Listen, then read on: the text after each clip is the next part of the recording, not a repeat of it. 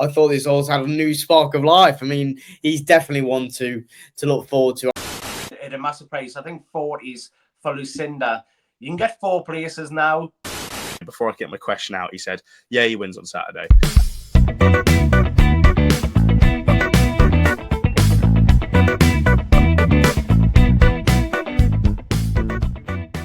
Hello and welcome back to the Only Fools of Horses YouTube channel. And one national is in the rearview mirror with the Aintree Grand National, and one is in the front view with the Scottish Grand National this weekend. Yes, it is up at Ayr this weekend. Dan Skelton against Willie Mullins in the British Jumps Trainers Championship duel.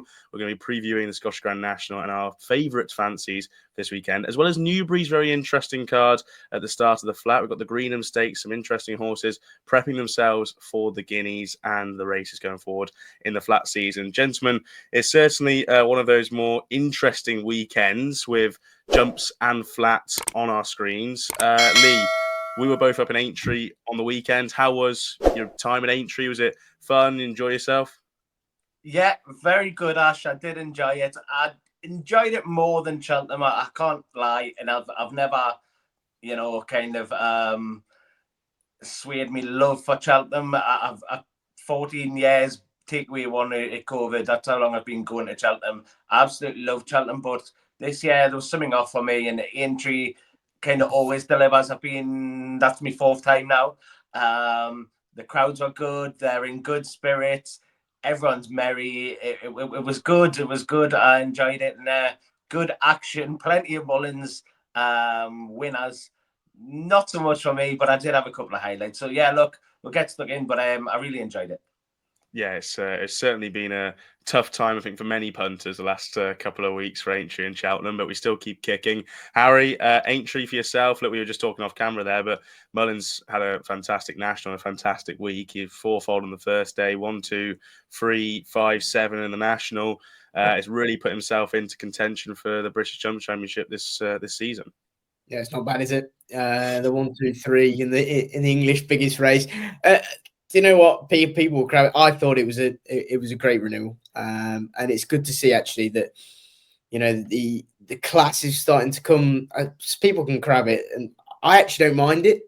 Seeing those top class horses that are kind of going differently. You do kind of, on the other hand, miss out on the big stories from the younger, like the upcoming trainers and stuff. That's what you're going to miss, and I feel like that is you're gonna need to get used to it. So it's not going to be the sort of national that we have seen before in years to come. This is the way it's going. It's going to become a better race for better horses.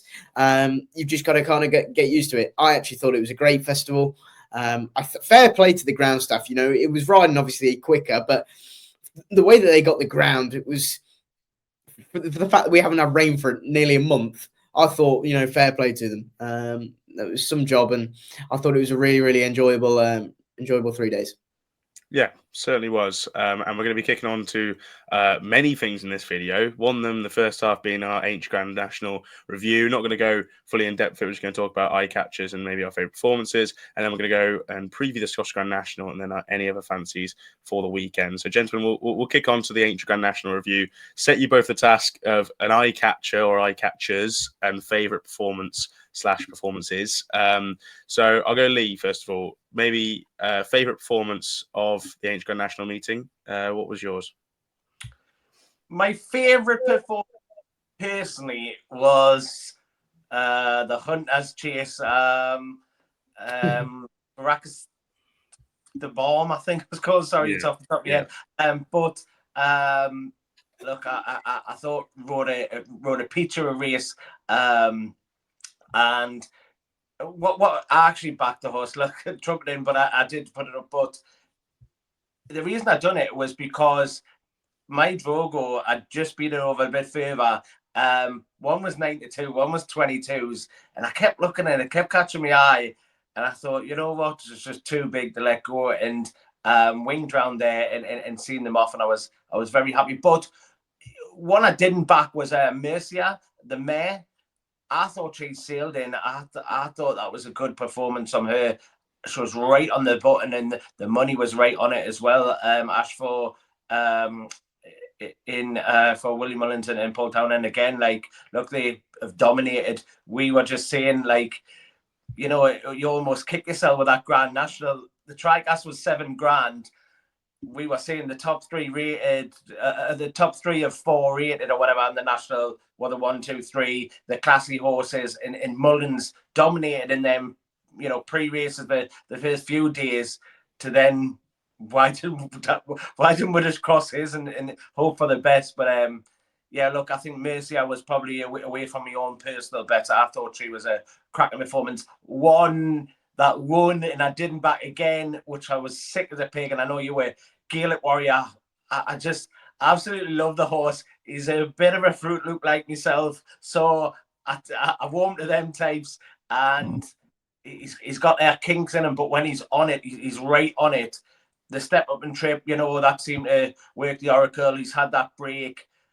I kicked myself that I swayed from him and left him out the you know, that for the money side of it. But yeah, look, I thought that was a fair performance as well. So Mercia and sickeningly Gaelic Warrior. But yeah, I got to thrill out the hunters anyway. Yeah, Gaelic Warrior was annoying. I managed to ditch him and back a Hoy Senor, which I don't think there's many more silly decisions you can make in life. You know, once a Hoy Senor went, you just thought this is going to be setting up for Gaelic Warrior massively. I've always thought he wanted 3 miles for a long time, and he finally got it. I thought he might just be too out of form and maybe needed a couple extra weeks, but the race maybe fell into his lap slightly, but he still put in a decent performance there. Harry, anything that was quite on the top of your list for performances at Aintree? Yeah, I think there was a couple, and actually probably on the Saturday as well. You know, I mean, I was very quick to write off Regent Stroll, and for pretty much all of the race, I was thinking, oh my God, what have I done here? Because I thought this horse had a new spark of life. I mean, he's definitely one to look forward to. I thought Imperial Saint as well, in that big handicap chase. I thought he was unlucky. I thought he did all of the donkey work for all of them, and he actually battled back really well. That was his first step up, 2-3 miles. He's definitely one to keep on side. You know, one of those big staying handicaps next year. Flat tracks, you know, back to Aintree next year. I think he's definitely going to be one. And then probably the sickest I felt was Strong Leader. I just thought there was just something about there was something about it. I just thought we've let one go there. I just think that he obviously missed the second last. Hidden Valley Lakes come around the outside, and that was just kind of the key moment where you needed a jump. And it just didn't come. It was one of those things. I actually thought Strong Leader ran with real credit, because I thought when he got headed, you know, you see horses that could throw the towel in. I thought it was a mega run. The RPRs have backed me up. They've got the same RPR as when he won the race last year, and he's definitely one that's I wouldn't give up on, because you can clearly tell that he has to go left-handed. He can't go to Cheltenham. So you know where he's going to go next year. So he's going to be around that Newbury. He's going to be around the Aintrees. That's where he's going to be. He's one that I will keep on side with next year, because he is definitely a classy animal, and he's definitely by far the best British stayer we've got. Yeah, it's a division that's very, very open in every season, and he'll be sort of playing towards those long distance hurdles, won't he? Myself, look, I've maybe wasn't giving the Supreme Novice Hurdle form much credit after the race, and I think you put a tweet up about it, Lee. You know, the form was already working quite nicely behind Kopek de Boards. I was really impressed by Salvatore Mundi in the top Novice Hurdle. He was one that I was teetering on putting up, but I thought that, you know, if the form lines are there to be believed, Romeo Culo should win this. So I sort of just left it as a no bet. But I thought he was really impressive. You know, it's an angle that maybe people do cotton on to, but it's one that's maybe gone a little bit below the surface when William Mullins takes hoods off horses. You know, Salvatore Mundi seems quite a hothead of a horse. They had the hood on him for his first couple of runs. They took the hood off for the top novices, and he seemed to settle a lot better. I thought he did everything quite right in his race, and he made a meal of the last, but it was race over by then. I was really impressed by him. I know he's got 18 lengths to fire on Kopek de Boards. I don't think that's a true running in the Supreme. I think as he gets more experience under the belt, he's going to continue to improve. And he's only 5. I think that's pretty notable. Look, I could see him running in the Arkle next season, and he'd be my idea of a strong Arkle contender at this stage.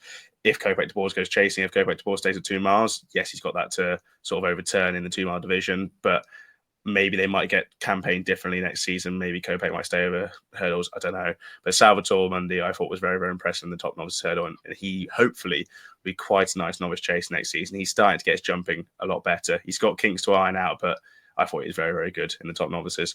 Eye catch, gents. Any losing eye catches that caught your eye? I know, Harry, you've highlighted a couple there. Lee, any losing eye catches that you maybe want to keep on side going forwards? Not off the top of my head, Ash. I did like Salvador Mundi. I was keen to get Romeo Coolio. I wasn't keen on him, and I overcomplicated it and I went against Salvador Mundi, and another one I kicked myself for, I think. Lots of kicking going on anyway across Cheltenham and Aintree from all of us, I think. Look, I'll put forward a couple. Django Bay's a horse that I know a lot of people will know that I like, but I thought he's got to step up, Ash, hasn't he? He's got to step up to 3. I mean, so. You whacked in a King George. Oh my God, he absolutely, or he just screams that sort of horse, doesn't he? King George horse. Yeah, I was going to say King George is probably going to be the target for him, and I'd say that would suit him quite nicely. I just don't think a lot went right for him. He didn't get the start right. They had the false start, which these false starts really do need to get sorted now. They just I don't know why they're asking jockeys to trot their horses from so far back. These are, equine athletes who are on the peak of their game, right on the teetering edge of losing their head and going for a competitive race, and they're asking them to trot them up from however long out. I think that's maybe something that needs to be worked on. But they got the start wrong, and then Django Bay got caught on the inside. And as Nico went to go give him a kick in the belly and go on, he sort of just half refused for him, and then he was always caught on the back foot. I think they were trying to make all with him, or at least sit prominently, and he had to get rushed along quite early. He got caught in a pocket coming around the bend. Brilliant piece of race riding from Paul Townend to get Imperial Pass alongside him, box him in, and then just kick away. And Django Bay had no response, and then he was staying on the line. Maybe that sort of slightly over exaggerates the fact, like Harry said, he needs to up him trip. He probably does, but I think he just got caught in a bit of a pocket on an Aintree. I'd be willing to keep him on side going forwards. And just another loser, Royal Infantry, ran a big race, I think, in the top novices.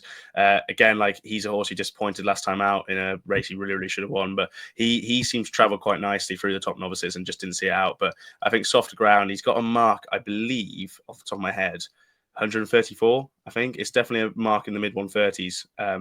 He could be very interesting. Some handicap hurdles going forward next season. Could be a great wood hurdle horse potentially. I think softer ground would suit him quite nicely. Harry, anything else before we wrap up on Aintree?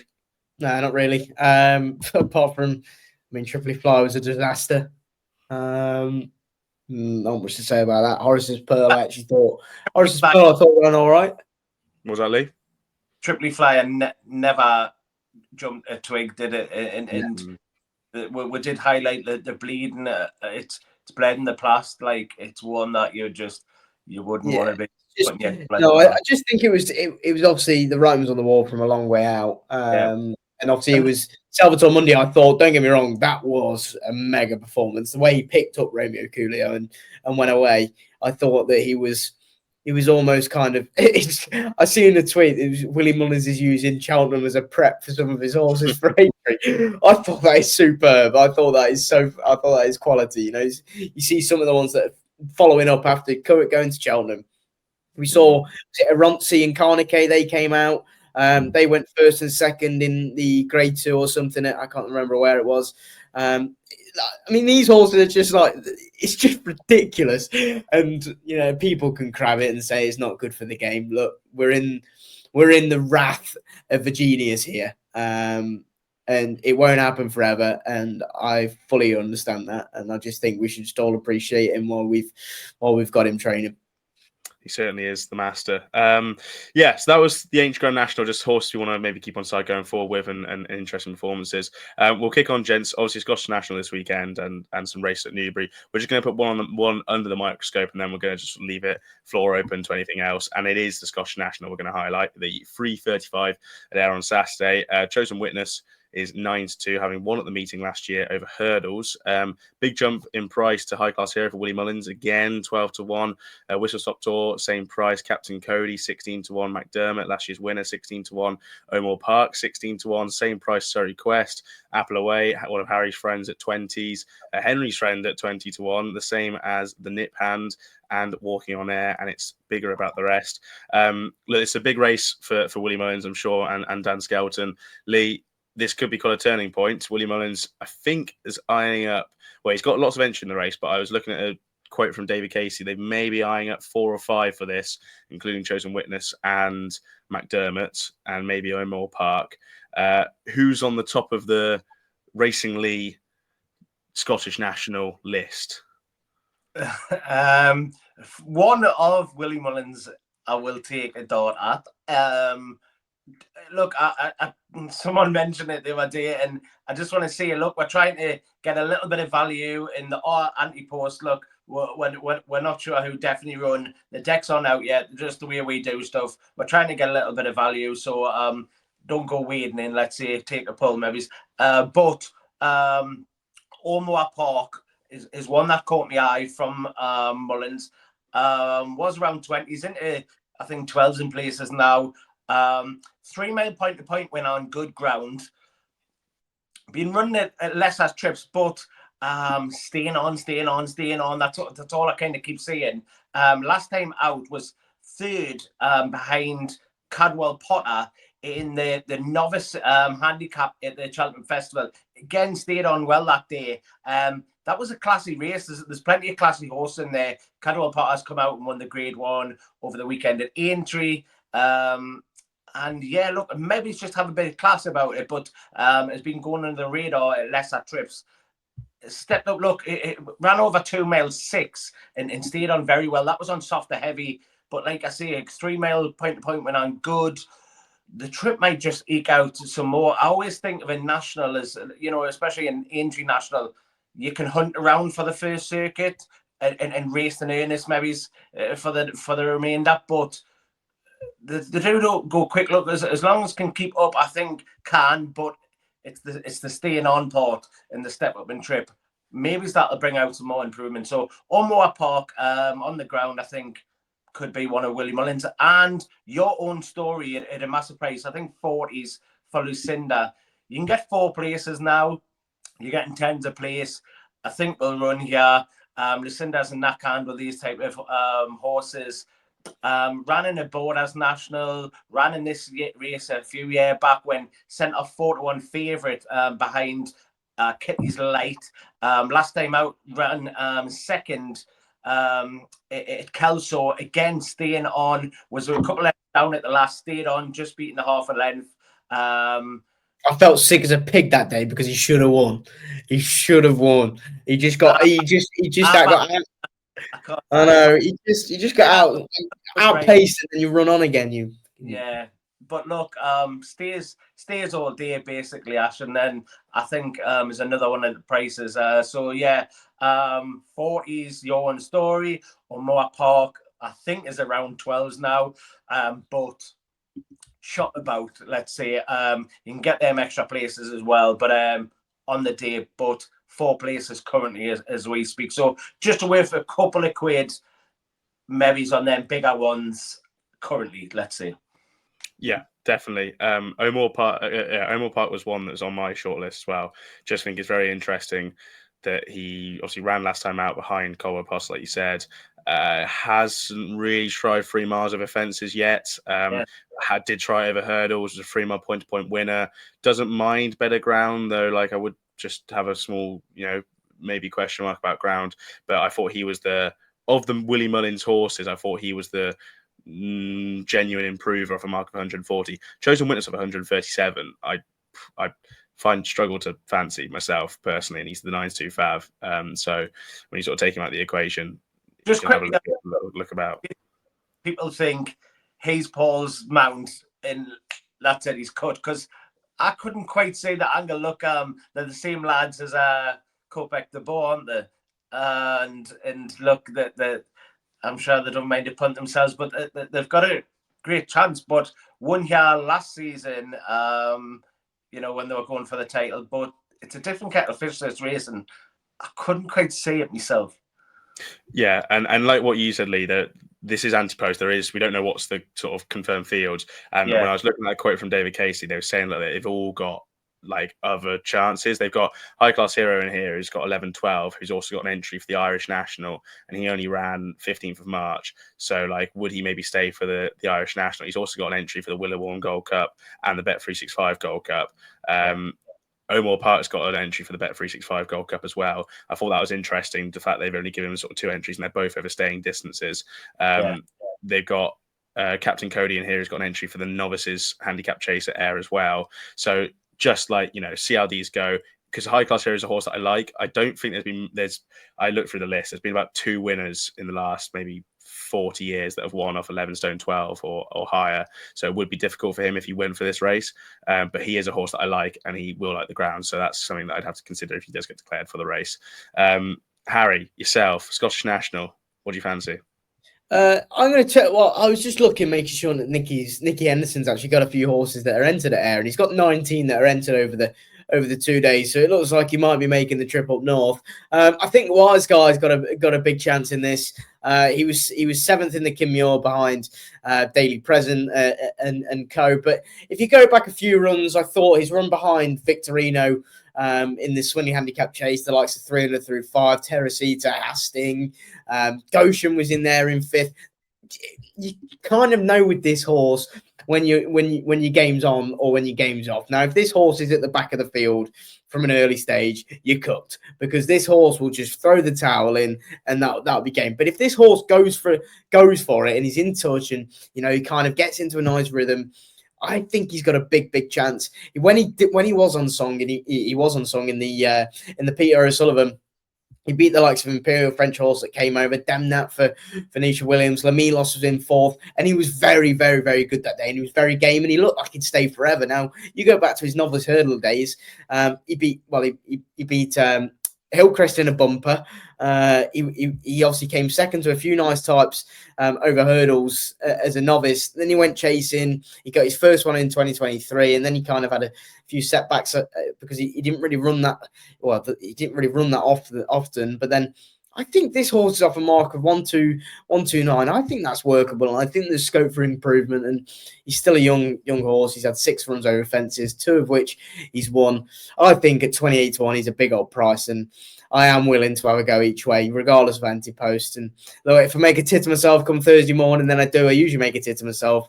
So I'll roll the punches. At least you're saying it yourself, and we're not telling you for once. No, good case made there for Wise Guy. Yeah, like you said, the Kim Muir form.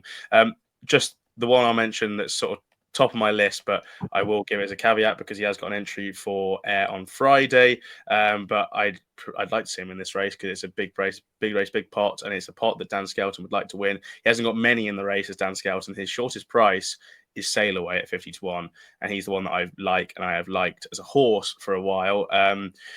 He's got a very interesting profile. He's run once around Ayr and he absolutely bolstered up in the Champion Novices Chase at this meeting 2 years ago.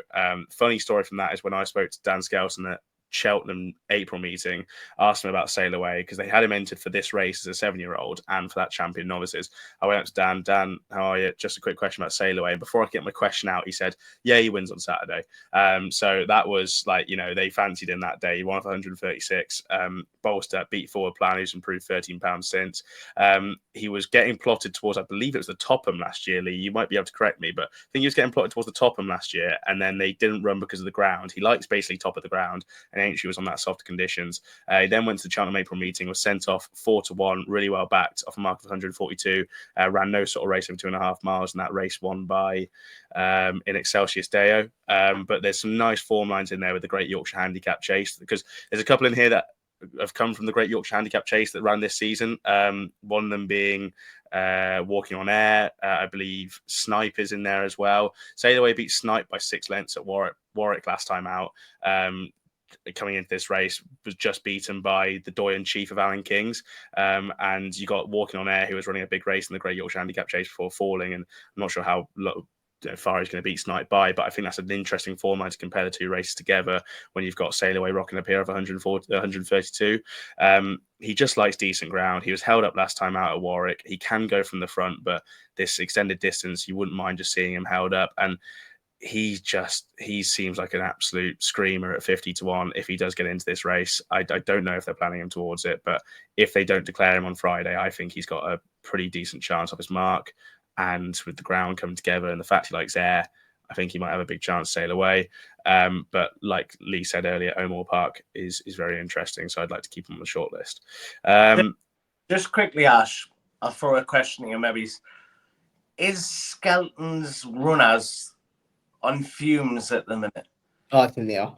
I feel like end of the season, I feel like this is just my thoughts. Shot the bolt. They've went hard to get that championship. They think it's in the bag. The only thing that could scupper it was a Mullins winning, getting all them places in the national and winning all them things. And he's repeated the feat from last year, which is a rare thing as well. Like, I feel like they've went a hammer for it, and now they're maybe feeling the effects of it. Personally, I just think that underperforming slightly. The one thing they've got on their side, that this time last year they were 20 grand behind. So this year I think they're over 100k in front. So going into Sandown's going to be massive.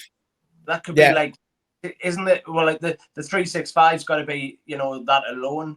A couple of these Ayr races and your level peggings. Yeah. People saying if Stateman hadn't fell, they'd be in front. Like, it's not just about the championship. I just mean his runners on a whole. I feel they're a bit on the fumes at the minute. I think what Harry Skelton said, a very interesting thing about the likes of Phlegmatic was, kind of going to places, picking fourth, picking up good prize money. But usually, if the Daily Power Jockey's Cup wasn't there, then maybe they wouldn't have ran. Now, has there been a bigger case of running horses more frequently? Albeit that's nothing to do with the welfare issue. I'm not saying that one bit whatsoever. But are they running these horses more often to try and get more prize money for this title bid? Now it's a genuine question. It's nothing to do with the welfare, because I know full well a trainer would never send a horse out for, if this horse couldn't run or was knackered. That would never be the case. But usually we don't see horses being turned out as much as what we have done, and I think Dan has probably done more of that than any British trainer. Now that could be wrong in saying that, and shoot me down if you wish, but that's just an observation I think I've had. He's also built in the Paul Nicholls mould. He was there for years, and he was built in that mould. Whereas make hay while they can. Yeah, and I think that's it's a winning mentality, isn't it? Strike while the iron's hot, and it's worked all year. But the problem is now you've got this rat that's coming over in the shape of Willie Mullins, who's sending over 40 horses, and it's not going to stop. I think it's a certain type of horse. These horses that maybe have gone to Cheltenham and that also gone to Aintree for Dan Skelton. I think maybe you've got a case there, but I think it's hard to compare some of those horses just because it is such a short turnaround between the two. Think of the Willie Mullins horses that won across Aintree. I suppose Gaelic Warrior didn't go to Cheltenham. Mercia did, but didn't run any sort of race in the Boodles. Imperi Pass didn't go to Cheltenham. Trying to think the national horses. Nick Rocket didn't go to Cheltenham. Neither did Iron Maximus. Neither did Grange Clare West. Gentleman de Mee didn't go to Cheltenham. There's a lot of horses, but you look at the Dan Skelton horses, like Grey Dawning didn't go to Cheltenham, but Lurdsud did. Live Conti didn't, but he ran a big race in the 4-year-old hurdle. So I just think it's the type of horse, maybe. And he did win that race at the end of the second day with She's a Saint kind of thing. So Jet Plane ran a fine race in the Fox Hunters. So I think it's the type of horse that maybe the horse that's done the Cheltenham to Aintree is just maybe feeling it. But for a horse like Sail Away, he had a big break from December to March. He's had 3 runs in March so far. One of them he bled from the nose. That was at Warwick. His second run, small question mark there, but he ran a fine race at Warwick after that. And I just think he's a horse that takes a bit of getting fit, and now they've got the runs under him. He might run a big race in the Scottish Nash if they go. he is entered on the Friday. But I'm sure Dan Skelton would love to win a race like this to hopefully get some more prize money against Willie Mullins anyway. Well, I think if you won this, that's it. I think this game over, isn't it? Surely. It's probably not game over because they got the 365 and everything like that. So yeah, but surely they can't make. I mean, if he wins, that's another 100 grand. It'd be at least 200 and something back. He can't.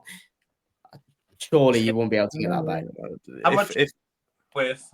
It's 112 to the winner of the Scottish Nash. But then I don't know, the Scottish champion hurdle was 56 grand. The novices champion handicap chase is 25 grand. So say Willie Mullins won them two and didn't win the Scottish National. That's a 40 grand difference between the two going into Sandown kind of thing with the extra 120 that's there. It'd be tight enough. Yeah. Anyway, we'll move on from the Scottish National on to anything else. There is other races at Ayr. There are races at Newbury. Lee, I'll throw it to you. Anything that you want to sort of highlight just at this early stage? Should I go for them all? Go for it. Go for it. Free reign. I'll try and remember them all off the top of my head. First one, Masaccio. It took me eye. I know it's a horse you like as well, Ash, but it ran behind Jaguar at Cheltenham a few runs back. Obviously, that was franked. Jaguar winning at the festival. Had some good form luck behind the Jukebox Man and in the Grade 1, the Quarter Star. I just think if it gets more prominent in the run, then that suits best. When it's in the mixer and behind runners, I feel like makes mistakes. And the time that's won it Kempton over hurdles, it won it Newbury over fences, and it was more prominent. So if he can get rolling a bit into a rhythm, I think the 3 mile trip will suit him, especially around Ayr, because on the whole, he's a good jumper. So one that took me eye was Masaccio. I haven't delved into the rest of the runners. I just a horse that I like. Also, I'd take Ethical Diamond maybe over Corgis. I believe Absurd is going to go to Newbury on the flat in Fred Darling, is it? But they've got a couple of runners. Look, Corgis won the county. Paul chose her, but I think Ethical Diamond was the one to take out the race. Stayed on very well. Now gets a £5 swing, I think it is. And was an eye catcher and had to make up a lot of ground. And I mean, a lot of ground. If Paul chooses Ethical Diamond, look, I think he'll win it. I really do. Look, Corgie's got a huge chance, and they probably will throw 2 darts at it to try and get the prize. So Ethical Diamond as well. We'll go to Newbury, though. I've got a few on the flat. One of them is a big price. Noble Mission in the Greenham, 40 to 1 shot. Don't laugh at us quite yet. I just think hasn't got the chance to prove the level. Look, there is the likes of Rashabar who could, show that group form up from last season, but they all have to step forward. It's their first runs of the season. Noble Mission only had 2 runs last season, and it was the back end of the season. I think November, both the runs off my head. But all at sea first day, learned plenty, well backed, smashed in and bolted up 5 lengths. Second time up, put away, and could just be overpriced at 40s and get 3 places.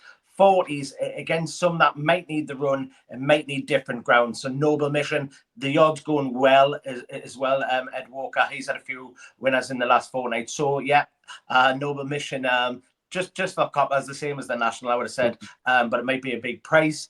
Bellum Justum, I like as well in that first race. Look, Sunway's in there and the likes of, but Bellum Justum ran in the Derby. Didn't run, a great race, but had one on, seasonal reappearance where it Epsom in the Blue Ribbon Trail. I'd run some good races last season. I just think this trip and ground in one that could be ready to roll for Andrew Bullen, who's got his string in good forms, ready, let's say, as well. And there was one more, and I can't think of it. Give us time. I'll go to Harry next, and I'll come back for the the one to save it. Oh, actually, I know it's Simmering. I was going to take Simmering for a little bit against, because the likes of Bedtime Story, I already think needs a trip. I really think she does. And look, the Met, Simmering was ahead. Bedtime Story was lame in the Moigley, I think it was. Moigley, As you can tell, this is all off the top of my head, so I'm not doing too bad yet. In the Moigley, but we come back lame, but was actually ahead of her in another race, and I just think Simmering maybe's again another that was ready to rock. You have to maybe try and find out suit the ground at this time of year, in the strings in good form, whereas Aiden's often need the run and come on for that run. I seen one today, had already had a run and went one today. Whereas a couple of them, don't get that on debut. So as the season goes on, it's not so effective. But now you need to be thinking of, who's ready to go. And I think Simmering might be, Bellum just but I'm going to take Nova Mission across at a big price, 40s in that green. You can get 3 places. Again, couple of quid. Big price. Lovely. Very good. A nice look through the Newbury card anyway. I think it's very interesting just how the runs might go for Aiden and a couple of others. I was looking at some comments about Rashabar, and I think Brian Meehan said this is a trial. These are what the trial's used for. Might need it, but interesting. Just on that, in the Dubai Duty Free Stakes, registered as the Fred Darling Stakes, the 2 o'clock. Mountain Breeze has had 2 runs over in Maidan. Bolsted up in both. She's got pretty similar form to Bedtime Story with Lake Victoria based on the Sweet Solera Stakes. I thought she could go quite nicely. And Bedtime Story has an entry, I believe, for the weekend as well, for the Curragh. So see where she goes. Harry, what about yourself? Anything for the weekend? Yeah, no, I think you lads have mentioned a few horses there that I like. Rashabar was one. Actually, we were speaking off camera there just before we came on live that they're 2 horses, Rashabar and Someway, are both horses that I'd want to be going to war with this year. But whether this kind of first out of the season, whether you want to put your dough down already early, I don't think it's sensible to do it. They're both short enough. In races that you don't know what horses have progressed over the winter. Obviously, they're coming into that sort of season. They go from 2 to 3. You don't know which horses have cut. We saw it with City of Troy, didn't we, last year? Everyone thought that he was gone and knackered after his Guineas flop. But then, he came back to be probably the best 3-year-old we've seen for a few years. You just don't know what level these horses are going to progress. And I just think for that reason, I wouldn't really be diving in. I'd rather be watching it as a watching brief. But Someway and Rashabar will be definitely 2 horses that I will be going to war with, because I think they were both very, very talented last year, especially the latter, who I thought was I thought it was sickening that he got beat over in Longchamp. There you go. 2 for Harry at Newbury. I remember we were obviously, it was my first trip with work, and we went out and we were speaking to the owners, and there's a group of them, and they're obviously they had the likes of Isaac Shelby and stuff, didn't they? And I was obsessed with that horse, Isaac Shelby. So I was like, I've got to tell you it. And I couldn't think who the life be who they had, and they were telling me Rashabar, he's going to win, he's going to win, he's going to win. And then it comes there actually. Yeah, and he gets done by like Aiden's outsider or something. What was it, Camille Pissarro? Yeah.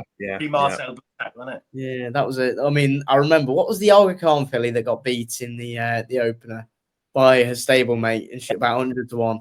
I think I had a load of seconds at it. That was it. Funny. Bad beat story. There's nothing like a bad beat story. Lee mentioned Ethical Diamond, the Scottish champion hurdle. I was very taken by his run in the county. I thought he was a big eye catcher. He's 6 to 1, I believe, for the Scottish champion hurdle. I'd keep him on side if he runs.